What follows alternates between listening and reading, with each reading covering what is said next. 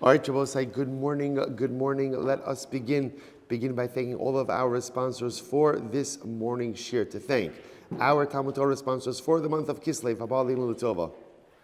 Alison Adam Steinmetz, in memory of Adam's grandfather, Rabbi Sheldon Steinmetz, Harav Shlomo Tzvi Ruvain ben Shimon Zichrono Livracha, Semi Malka Esther, in memory of their parents, Yitzchak Leib ben Arakoin, Sarah Rachel Bas Baruch Avram, Hinda Bas Hanach Ephraim, and in memory of their dear family friends, Staff Sergeant Naftali Yona Gordon Hashem Yikom Damo, Paul and Kathy Pollack, in memory of Leah Bas Shmuel, Zachrini Shulamis Bas Shmuel, and Esther Bas Zechariah. Our Daf Yomi sponsors for today, Ayala and Sarah Steinberg, in the schus of continued refuah for Shulamis Chana Bas Susha, and Shani Tapper and family Le'ili Nishmas Yoshua ben Yitzchak Zichron Libracha on the occasion of his 19th yahrzeit. And by Avram Svi and Malka Klein, in gratitude towards Grandpap Alan Wiseman for all he has done and continues to do for our family. Beautiful. Thank you to all of our sponsors. Thank you for all the beautiful messages. All those who need refuah shavan together, Kol Chol Yisrael. All of the Neshama Shavan Aliyah, the families in Nechama, on Kash Baruch Hu should just continue to shower Besoros Tovos and Brachos upon all of Klal Yisrael. With that, our daf today, we have a really exciting daf ahead of us today. Today's daf is Ayin Ches 78, and we are picking up on Ayin Zayin Amud Beis 77b at the Mishnah, bottom of the daf. Dam Shenis Ari B'mayim. So we'll say some really interesting topics over here for today that are going to take us through the next little bit. Dam Shenis Ari B'mayim. If blood gets mixed in with water, now obviously we're talking about over here about sacrificial blood that gets mixed together with water. So the shaila, of course, is what is going to be the status of the sacrificial blood. So what's the halacha? Im yesh ba maris dam kosher. As long as it looks like blood, ultimately, again, the mixture is going to be kosher. Kosher means that it is fit for sacrificial use. Fit for sacrificial use. Good. That's case number one. Next, nisariv bayayin. So here's an interesting case. What happens if sacrificial blood gets mixed together with wine? Right? So obviously, in the water case, there's a very easy litmus test. What's the litmus test? If there's so much water that the blood no longer looks like blood, okay, then it's going to be invalid. If it looks like blood, then it's going to be kosher. The problem with wine, of course, is that wine looks like blood. So the shaila, of course, is how do we determine if the mixture is going to be kosher? So it's arei bayayin, roa osa ki'ilu hu mayim. This is very interesting. So when sacrificial blood gets mixed with wine, we view the wine as if it was water. Meaning what? And we look at it based on this. If this amount of wine was water, would the sacrificial blood look like blood or not? If it would still look like blood, then the mixture is going to be kosher. If it wouldn't look like blood, then the mixture ultimately again is going to be invalid. Look at Rashi for just a moment. Rashi says, Rowan also, it's about 8 lines up from the end of the page. Rowan also yayin kilu humayim va'omrim va'omdin im hayad dam shnis arif kan nikar b'mayim halalu kash l'zrika. So we'll say, so look at these first two cases. So case number one, right? So case number one is where again, sacrificial blood gets mixed in with water. In that case, as long as the mixture retains its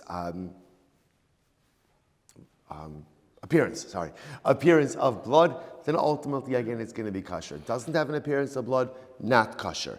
Case 2, sacrificial blood gets mixed in with wine.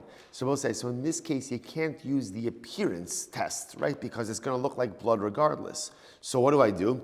I view the wine as if it was water. And now, based on that ratio, would the blood still look like blood? If the answer is yes, it's kosher. If the answer is no, it's pasul. Good, that's case 2. Next. Nisari b'dam behema b'dam achaya.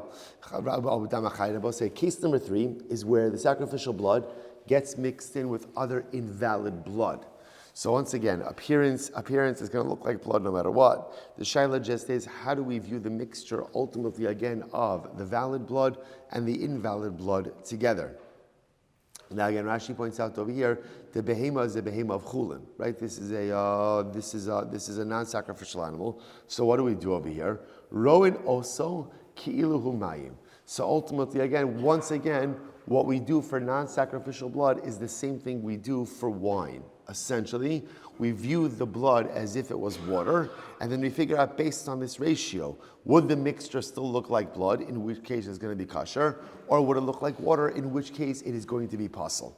Okay, so we'll say, so you begin to see a theme over here, right? So again, case number one, wine gets mixed with water. Simple. Does it retain its appearance of blood or not? If it does, kosher. If it doesn't, puzzle. Case number two, blood gets mixed in with wine. Appearance is not a good litmus test. So we'll view the wine as if it was water. Based on this ratio, would it still look like blood? Kosher. Wouldn't look like blood? Puzzle. Case number three, sacrificial blood gets mixed in with non-sacrificial blood, chulin blood. So Tanakama says, same thing. View the blood as if it was water, and then see, based on this ratio, would the mixture still look like blood? Kosher. Wouldn't it look like blood? Puzzle. Now, top of Ayin Ches, 78a, comes along Rabbi Yehuda. Rabbi Yehuda says, no. Ein dam mevatel dam. Rabbi Yehuda says, no. A mixture of blood with blood is going to be different, because dam is not mevatel dam. Blood cannot negate blood. Now, what does that mean? Go back, I'm sorry, for one more second, back to 77b, to the last Rashi on the daf. Ein dam mevatel dam, Rashi says, demin bemino lo batal. So we'll say this is a famous concept which we're going to spend more time on today. Min bemino lo batal means two like items can never be negated one in the other. So therefore Rabbi Yehuda holds, afilu tipa l'soch kli gadol kash l'zrika. So ultimately again Rabbi Yehuda holds that as long as there is sacrificial blood there, the sacrificial blood is not batal. It's not batal. So fundamental machlokes in the Tanakama and Rabbi Yehuda. When you have chulin blood mixed in with sacrificial blood, so what do you do over here? The Tanakama says we view the chulin blood as if it was water, and see if this amount of water was mixed in, would the mixture still look like blood, in which case it's kosher.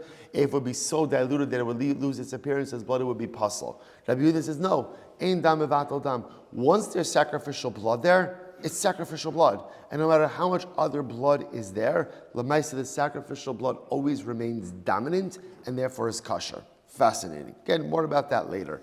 Next.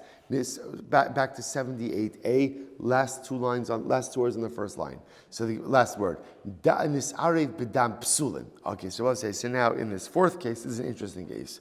What happens if sacrificial blood becomes mixed in with invalid sacrificial blood? Whatever the case is. Right, Rashi says over here, b'dam psulin, kigon berova, v'nirva, o benishchat chutz lizmano o chutz limkomo. This is interesting. For example, let's say you have pigol blood, right? So sacrificial blood that gets mixed in with pigol blood. So what's the halacha in this case? So we'll say, so in that situation, ultimately, again, yishpoch la'ama. What does yishpoch la'ama mean? Yishpoch la'ama means you have to pour it down the channel.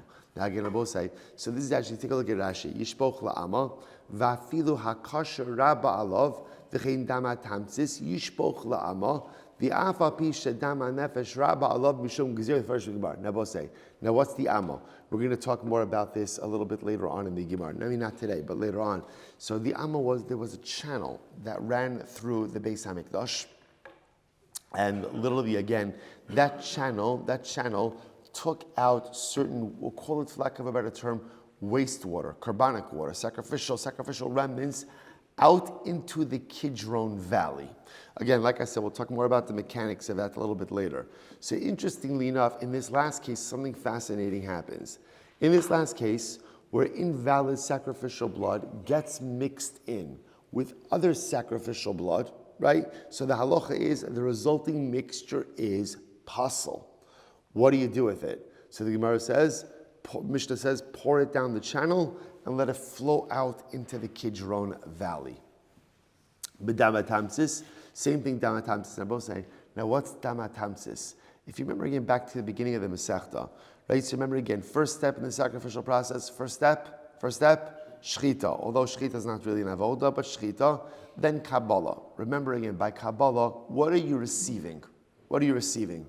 Right? The lifeblood. So remember again, which is the blood that initially spurts out. Obviously, after you slaughter an animal, blood continues to flow out. That blood that continues to flow out is what's called dam hatamsis, like residual blood. Residual blood is not kosher for sacrificial use.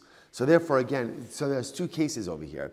So in other words, case number one is where invalid sacrificial blood gets mixed in with valid sacrificial blood, or dam hatamsis, which is the residual blood, gets mixed in with kosher sacrificial blood. In both of these cases, blood that is not usable for sacrificial purposes gets mixed in with blood which is usable for sacrificial purposes. And in both of these cases, the remedy is the same. The resulting mixture cannot be used no matter what the ratio is, and therefore what do you do with it? Pour it down the drain, right? The drain, right? Pour it into the channel, yishpoch la'ama, pour it into this channel in the Beis HaMikdash, and ultimately, again, the channel will take the, I hate to use the word waste, because it's still in the Beis HaMikdash. We'll take the invalid mixture out into the Kidron Valley. Incredible. Now again, I will say, interestingly enough, why that is, like in other words, why isn't it bottle like everything else, or why can't you use like the same litmus test they've been using up until now? We'll see in the Gemara. Rabbi Eliezer Machshir, Rabbi Eliezer Machshir, and Rabbi Eliezer ultimately again says that it's kosher. Now again, which case is he referring to? Is he referring to ultimately again the dam pasol or the dam tamsis? We'll see, and we'll see his logic. Now listen to this. Imlo nimlach v'nasan kasher. Furthermore, the Gemara says, halacha l'maisa, if the Kohen did not ask and instead applied this blood, then ex post facto, it's kosher. So it's very interesting. So as much as in these last two cases over here, the case of where the invalid sacrificial blood gets mixed into proper blood, or where the damat tamtis gets mixed into proper blood, so the halacha is the mixture is invalid and really has to be poured down the channel. However, if the Kohen did not ask and instead he just sprinkled it, halacha l'maisa, it's kosher. It's kosher, which tells you what? That me'ikar adin, according to the letter of the law, is kosher. And obviously, again, there's some rabbinic legislation that's happening over here that's preventing us from using it. Okay, more about that in the Gemara. So we'll say, some really interesting cases over here. So we'll say, let's focus on our initial cases, right? If you look at the first three cases, case number one, blood gets mixed in with water. So what's the determinant if the mixture is valid or not? If it looks like blood. As long as it maintains its appearance of blood, ultimately, again, it's called sacrificial blood. Case number two, wine gets mixed in with sacrificial blood. What's the halacha? We view the wine as if it was water, right? And if in that ratio it still maintains its appearance of blood, it's going to be kosher. Case number three, sacrificial blood gets mixed in with blood of chulin animals. What's the halacha? Same thing. Ultimately, again, we view it as if it was water, and if it would have maintained the appearance of blood, it is going to be kosher. Incredible. Although in that last case, Rabbi Yehuda disagrees. Rabbi Yehuda says, "Ein dam mevatel dam." Okay, good. So let's analyze. Amar Rabbi Chiya Amar Rabbi Yochanan. Lo shanu ella. So we'll say this idea. So focusing really on this idea of the blood and water, right? So when it comes to the mixture of blood and water, so everything depends on the appearance. So the Gemara says, Amar Rabbi Chiya Amar Rabbi Yochanan. Lo shanu ella. When do we say that as long as there's the appearance of blood, the mixture is considered to be valid sacrificial blood? When is that? Ella shenaflu mayim l'soch dam. That's when the water is flowing into the blood. So in other words, I guess the imagery is, I have my kli sharis, my service utensil of sacrificial blood, and water drips into that blood. That's when we say that as long as the blood retains its appearance as blood, that is still valid for sacrificial use. However, aval nafal l'soch mayim, but if the case is the reverse, if the blood is falling into the water, then rishon batal, then each drop of blood that falls into the water is batal in the water. Hear the distinction over here? If you have water falling into the blood, then ultimately, again, as long as the appearance remains blood, the mixture is going to be kosher. But if the blood is dripping into the water, then each drop that falls in is batal in the water. Incredible.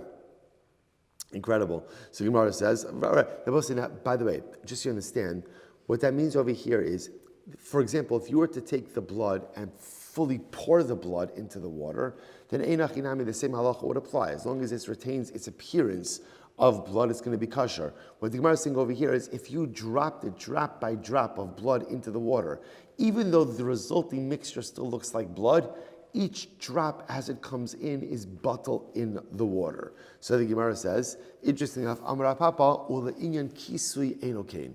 The Papa says, interestingly enough, while that is true by sacrificial blood, that is not true by kisui hadam. Now, Papa saying, remember again, what's the halacha by kisui? Then kisui hadam means that if you shecht a chaya or an oaf, you shecht fowl or chaya, non-domesticated animal, there's a halacha that you have to cover the blood after the animal is beshechted. This has nothing to do with karbanos, right? This is just even today. You shecht a chicken, you got to go ahead and you have to cover up the blood. The halacha doesn't apply by behema, doesn't apply to like a regular domesticated animal, only to non-domesticated animals and fowl. So the Gemara says, interestingly enough, Rav Papa says, le'inyan kisui eino kain. Now this is not true for kis adam. So what does that mean? That halacha l'maisa, if you were to go ahead and let's say shecht a chicken, and then you took the blood and you dropped it drop by drop into water, the blood would not be bottled in the water, and you would still have to do kisui hadam on that blood. Take a look at Rashi. Rashi says, Eino kain, dafilu, almost right across in Rashi. Oh, well, it is right across Rashi. Dafilu nasan dam l'soch mayim. Even if you took the blood of the slaughtered animal, right, the slaughtered chicken, and you put it into water, im yesh bo maris dam chayiv lechasos. If it has the appearance of blood, you are obligated to go ahead and cover it. V'lo aminan kama batale. And we don't say that the initial drops of blood are bottled in the water. So both say, so watch these two halachas. So let me just show you what just happens over here, right? We'll just trace the progression. So how did we start? We started with the case of sacrificial blood that gets mixed with water. So the Gemara says, what's the halacha of that mixture? As long as the mixture looks like blood, ultimately again fit for sacrificial use. So the Gemara comes along and says, Rav Chia bar Abba says, that's talking about where the water was mixed into the blood. However, if the blood was mixed into the water drop by drop, ultimately, even if the resulting mixture looks like blood, it's still going to be invalid. Why? Because every drop of blood that falls into the water is bottled in the water. That's the halacha of our Mishnah. Then the Gemara says, oh, by the way, Papa says, you should just know, but by kisui hadam, this would not be true. So if you were to shecht a chicken, take the blood and drop it drop by drop into water, right? Ultimately, again, the blood would not be bottled, and you would still be obligated to do kisui hadam on that mixture. Why the distinction between sacrificial law and the mitzvah of kisui hadam? And the Gemara says very simple, lefi she'ein dichui b'mitzvahs. Because they will say ultimately again, literally again, lefi she'ein dichui b'mitzvahs, which means there's no such thing as a dichui means to set aside. There's no such thing as a mitzvah that is set aside for non-performance. Take a look at Rashi. This is very interesting. Lefi she'ein dichui b'mitzvahs. Even if you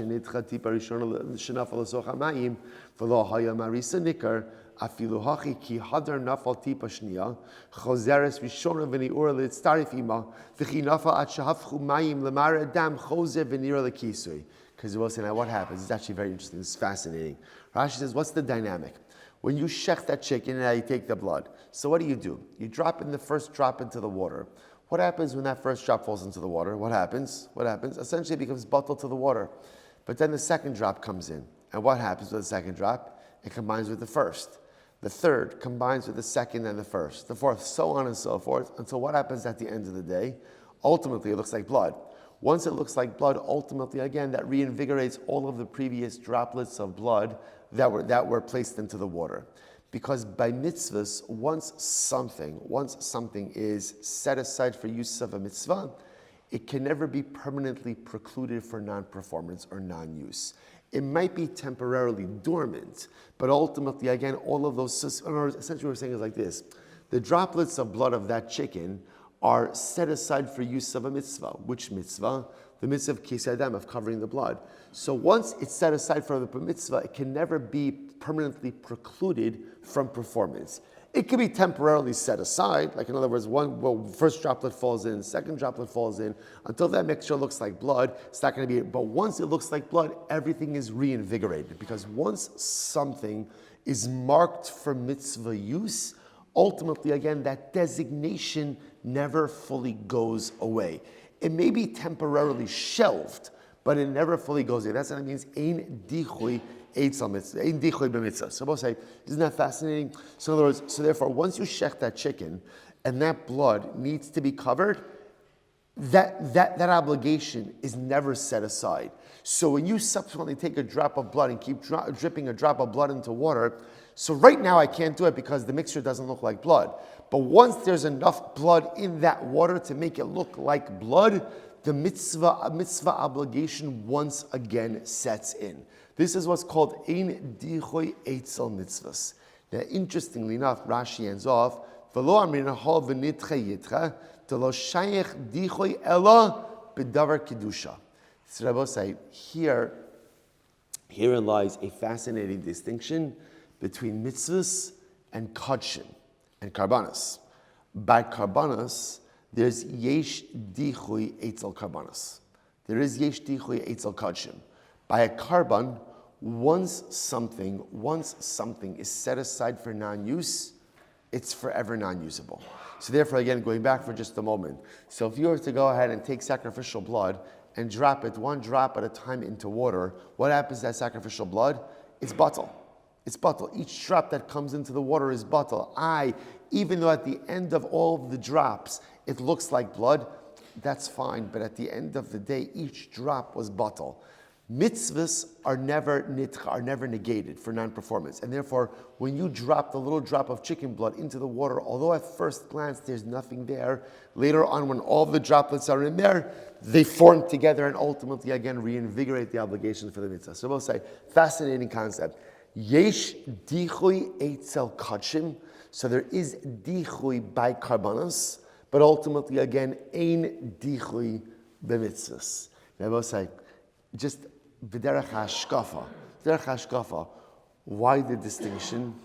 So listen to this distinction. Karbanos is a din in an animal. Is a din in an animal. I perform it, but at the end of the day, the cheftza of kedusha ultimately again is the animal. Mitzvahs are a din in us, in human beings. An animal could be forever set aside for non-use. Yesh dichui eitzel karbanos. Yesh dichui eitzel kodshim. It could happen, right? You do something invalid, and ultimately, again, the carbon is forever set aside for non-use. But by mitzvahs, which represent the yid, there's no such thing as a Jew who is forever set aside for non-use, for non-performance. There's no such thing as a Jew who is forever cut off by kedusha. There's such a thing as an animal. That animal is forever set aside for non-kedusha use, right? It's invalid. It's an animal. Okay, it was going to be a carbon, now it can't be a carbon, it can forever never be a carbon. But by a mitzvah which represents a unit of a yid's self-actualization and kedusha, ein dichui eitzel mitzvahs. There's no such thing as a Jew who is set aside for non-use. There's no such thing as a mitzvah that is forever precluded from performance.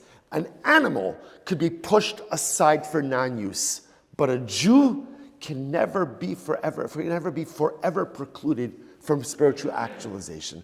We'll say, is that not the most incredible thing in the world that you've ever heard? And it's only Monday. Can you imagine what the rest of the week is going to be like? So we'll say, this is it. This is a bumper sticker. Ein dichoy eitzel mitzvahs. When it comes to my religious observance, when it comes to my religious performance, when it comes to my spiritual self-actualization, there is no dichoy. There is no such thing as being set aside for non-performance. I can never be pushed to the side. I can mess up. I can make big mistakes, and I can kind of be like that blood that's dropped into the water. Because there are moments where both say, just like that little droplet of blood is essentially invisible, there are times where I mess up so badly that I make myself spiritually invisible. But then something happens, which is if you keep at it, and if you keep going, droplet after droplet after droplet after droplet, once again the vision of blood reappears, and I'm ready to re-engage. I am that mitzvah. Karbanos, animals, can be set aside for non-use. But mitzvahs, which represent the units of spiritual accomplishment of the Jew, ein dichui eitzel mitzvahs. There's no such thing as a Jew forever being precluded from spiritual growth and self-actualization. No matter how badly you mess up, no matter how diluted spiritually you get, keep at it, and ultimately, again, you'll be reconstituted and ready to engage. Incredible. Says the Gemara, Amrei Shlagish, so I'll say this is a very interesting case. if you have a bunch of sacrificial parts, and included in those sacrificial parts, right, is pigol and nosar and tameh. So this is quite the prohibited salad you got going on over here, right? So you've got pigol, nosar, tameh, and obviously some mutter components also in here, or well, presumably some mutter components in here, and everything got mixed. Actually, not necessarily, and everything got mixed together. So obviously, again, everything got mixed together, and you ate from it. So Rashi points out over here that the case is kizayis mizeh or kizayis mizeh. So the kizayis of all of these prohibited items, but they're mixed together. Vachlan, and I ate it. So I say, what's the halacha? Pater. Ultimately, I'm pater. Now, why is that? It's very interesting. Why? So this is absolutely fascinating. Here's the issue. In order to be in violation of pigol, nosar, and tameh, you have to eat a kizayis of these items, right? The issue over here is because I have this cholent of pigol, nosar, tameh, whenever I eat something, I can't be sure that I'm eating a kizayis of any one prohibited item. Because of that, therefore, halacha l'maisa, I'm pater. Now again, not good, right? Not good, right? But when we say pater is, I can't be punished for that. There can't be liability for that because it can't be demonstrated that I'm eating a kizayis of any prohibited matter. The Gemara says, so the Gemara is because it's possible that any one is being mevatel the other, right? So maybe there's so much pigol and nosar that it's being mevatel the tameh, or there's so much tameh and pigol that it's being mevatel the nosar. So everything kind of combines with each other, and ultimately, again, I don't have a kizayis. I don't necessarily have a kizayis of any one prohibited material. So Gemara says, Shmamina tlas. So first of all, see from here three things. Number one, Shmamina, Isur mevatel and zeh zeh. It's interesting enough, what do we see from Rabbi saying? Is that Isur, right, Isurin, different prohibited items, ultimately, again, are mevatel each other. In fact, if you take a look at Rashi says over here, it's the first wide line in Rashi.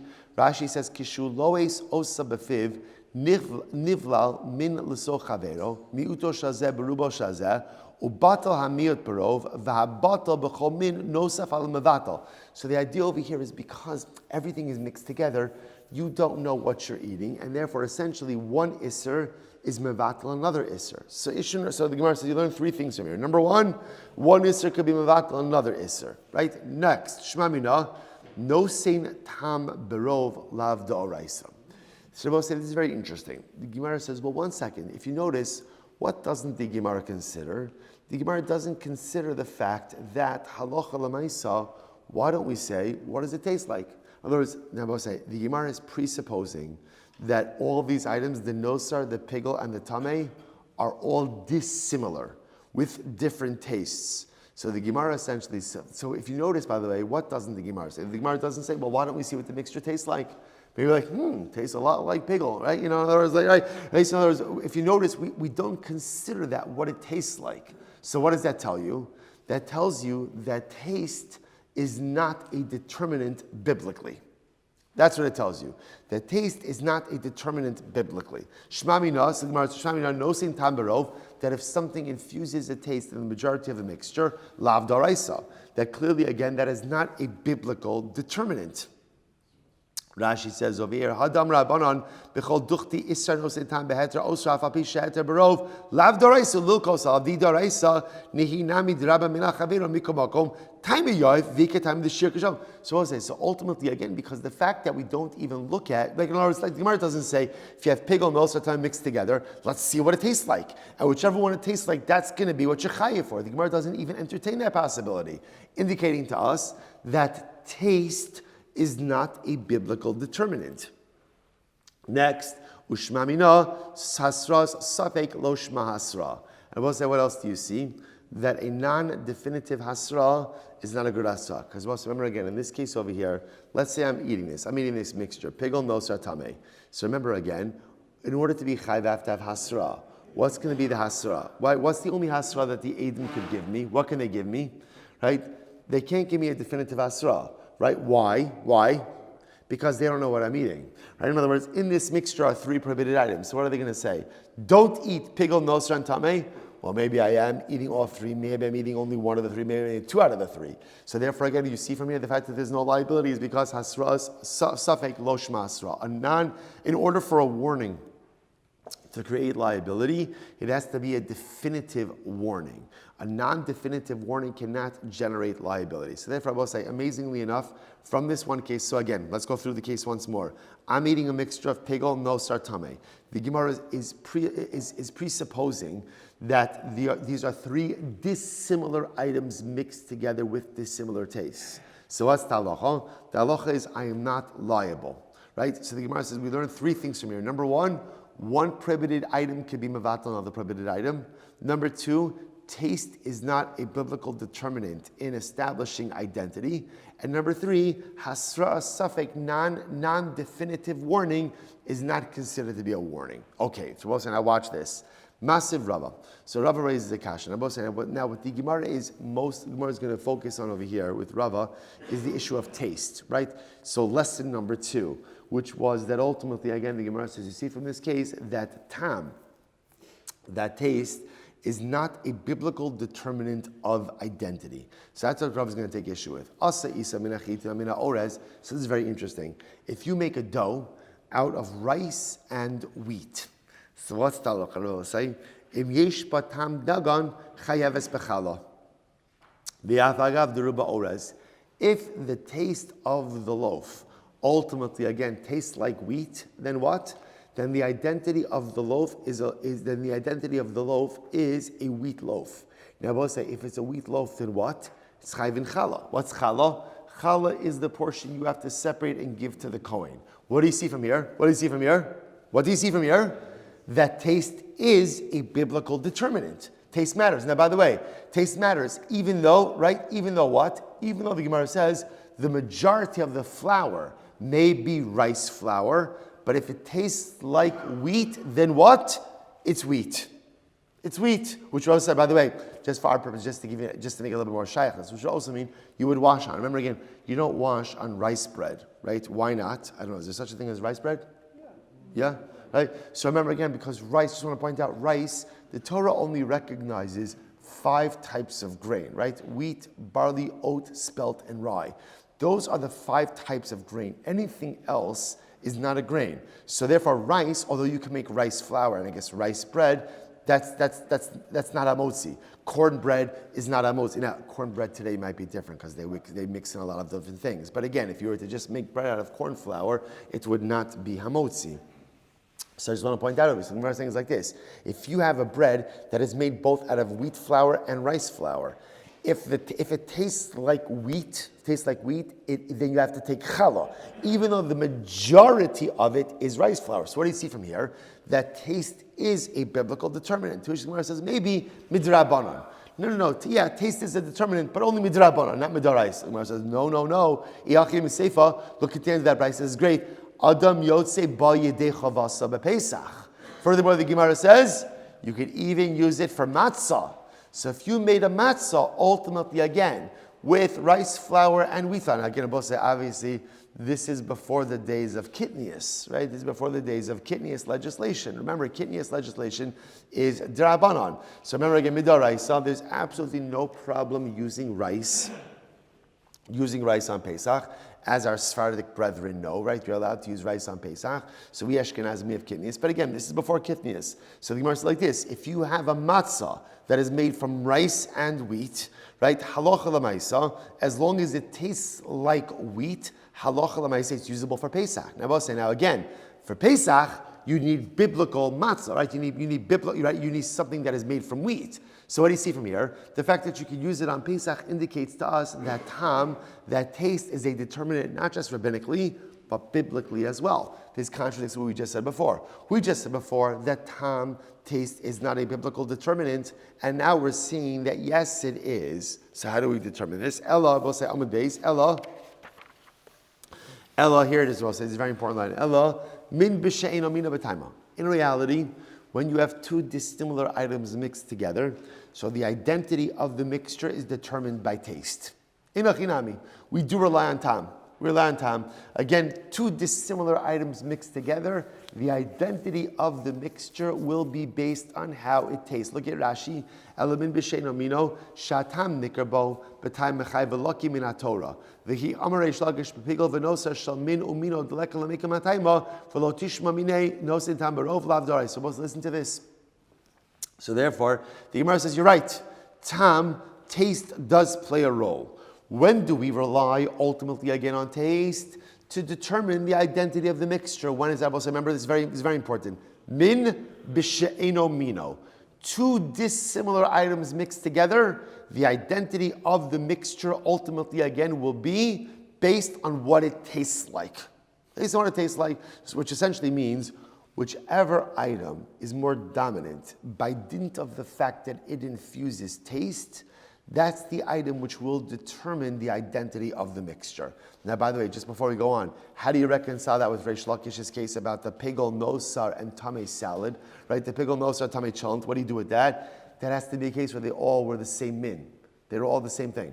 They were all the same thing. They weren't, now watch us finish it up. Min b'mino beruba.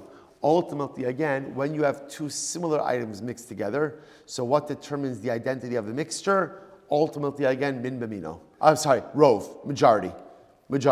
So Rabbi says, now this is really incredible and incredibly important. So the Gemara is coming along, Rabbi is coming along and giving us a rule. When you have mixtures, how do you determine the identity of the mixture? To which the Gemara says, it depends on the mixture. Halacha recognizes two types of mixtures. Min b'mino, which means similar items.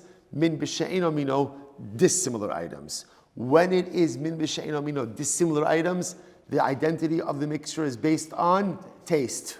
Taste, whichever is the more dominant item, by dint of its ability to infuse taste, that's going to be the item that determines the identity of the mixture. Min b'mino, when you have two similar items, you can't rely on taste. Why can't you rely on taste? They have the same taste. It's the same item. So what do you rely on? Rov. Whichever one has the greater majority. Whichever has the greater majority, that will determine the identity of the item. Incredible, Rabbi say. Incredible. I think, Marcus, 1 second. But I have a better idea. Why don't you go ahead and in a case of min b'mino, where you have two like items mixed together, why not treat it as a case of min b'she'eno mino? Right now, what does that mean? Watch this. This is actually very interesting. This nan. Nis'ariv beyayin, roa oso ki'ilu hu mayim. Now, both say, take the Mishnah. What did our Mishnah say? Right, our Mishnah said that if you have sacrificial blood mixed with wine. So again, I both say. So remember again, what did our Mishnah say? Our Mishnah said, we view the wine as if it's what? As if it's water. So what is the Mishnah doing? It's fascinating. Now again, let's still point out, blood in wine is min b'mino. Now, both say, now why is blood in wine min b'mino? Why? Now, because remember, we often, generally in halacha, whenever you think about min b'mino, you're talking about items you're going to taste, right? We think about a taste idea.